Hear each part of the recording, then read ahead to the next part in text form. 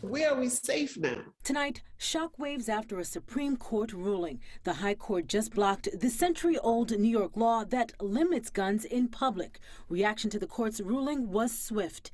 In Washington, limiting concealed carry permitting laws is a recipe for disaster. And right here in New York City. This decision has made every single one of us less safe from gun violence. The case was brought by a group of New York gun owners. They wanted to carry their weapons outside of the home, but state law required them to prove why they needed to carry a concealed weapon for self-defense. Today's Supreme Court ruling found Americans do have a right to carry firearms in public for self-defense under the Second Amendment. We do not need people entering our subways, our restaurants, our movie theaters with concealed weapons.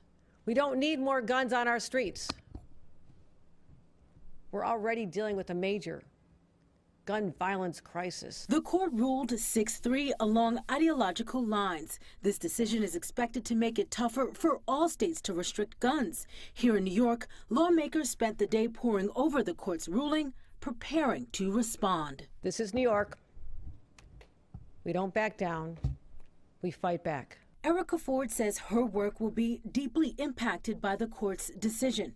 Ford is the founder of Life Camp Inc. For 20 years, they've worked to prevent gun violence in Southeast Queens. We have to be cautious of showing up in spaces for the future. We're at basketball games or concerts, and now there's a question of who has a legal gun and what are they going to use it for. The New York State Republican Party welcomed the Supreme Court's decision, saying in a statement, "Bravo. Today's Supreme Court ruling is exactly as it should be, a final authority that protects the constitutional rights of citizens against a dictatorial government."